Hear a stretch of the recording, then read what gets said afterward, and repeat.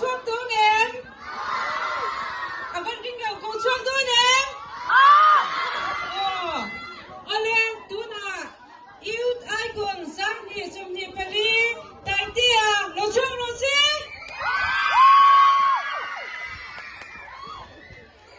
làm việc tu rồi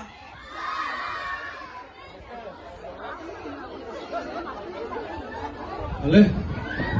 Oh. Hey, với tay hay là con rong tê. Mình sẽ vào lòng đấy mày. Nó sáng chỉ bài cái bung vết cho. Rồi hồi mình phơi thêm từ bát thiên nên là lòng thú nó sẽ ra. Hey lại cái đầu tê, thì tụi mình ngó gần rồi lúc tê tụi mình lên. Imo, cái nó sạch trên hồ khai cái về. Ra cái thằng kia nó trên đây. Em làm cái sạc này đúng thật lên. Em nói ít ai còn thì cái gì lá gì nữa, anh nghe nhỉ? Em làm cái sạc này. Ta mới đi, em nói sao tụi em nào?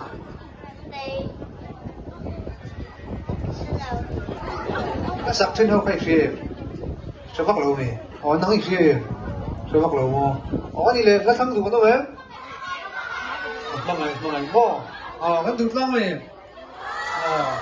Vâng ạ, sẵn sàng thôi phải không? Vào đây.